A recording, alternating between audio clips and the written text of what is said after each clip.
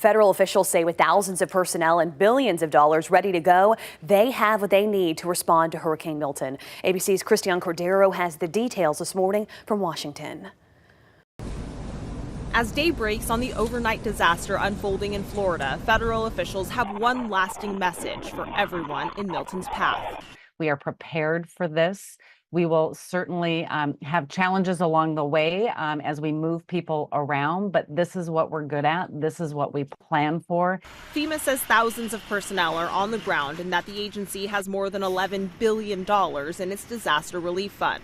Following the federal emergency declaration, Florida Governor Ron DeSantis activated 5,000 National Guard troops with search and rescue teams positioned to get to people by air, ground, and by water. President Biden says local and federal agencies are both in constant contact. The Army Corps of Engineers will pump out water and decrease flooding. We've already directed the Department of Defense to be ready to provide active duty service members. Ahead of Milton making landfall, Vice President Harris called into the Weather Channel, echoing the dire warning from emergency officials and pushing back against DeSantis' claim that she's politicizing the storm. This is not a time for us to just point fingers at each other as Americans, and I welcome every and anyone to work with me and for us to be able to work together.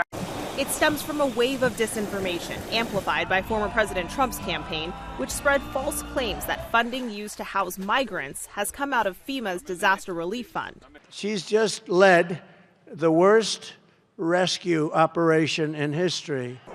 Claims officials on both sides of the aisle and those affected by the storm say aren't true. A lot of this stuff is not about the people that got impacted. It's about people wanting to make themselves seem important, say stuff that's just outlandish, trying to get clicks and attention that has nothing to do with getting information to the public. Residents in the storm zone got a $750 payment meant to help with immediate shelter or food, according to FEMA. Larger grants will be distributed in the coming weeks. Christian Cordero, ABC News, Washington.